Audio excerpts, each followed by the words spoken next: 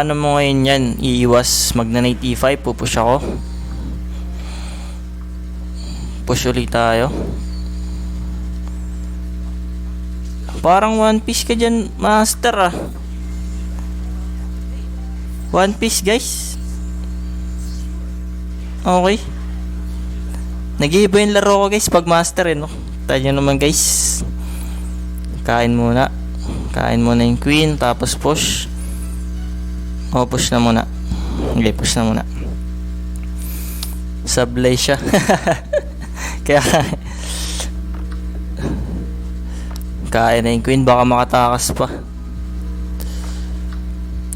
Paglamang, guys, or one piece, ano na agad, queen token na. It's your time to shine, baby.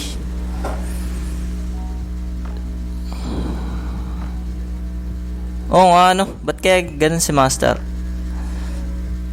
Ba't niya kaya pinapasok yung knight niya? Mali yan eh, mga pagpasok ng knight na yan eh. Pero wait lang, baka ma-overwhelm tayo. Or ma-excite. Focus pa rin tayo, guys. Nalabas niya yung pagka-master nyo.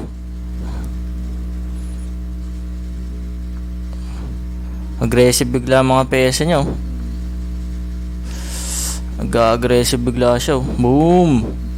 Grimpon niya. Sarap. Maya, pasinga muna, baka ingat pa rin tayo, guys. Ingat pa rin. Push ba? By rock to rock. Siguro dito ng bishop para wala na siyang mga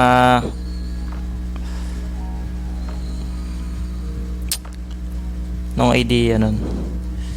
Dito tayo magro-rock para hindi siya makasapin,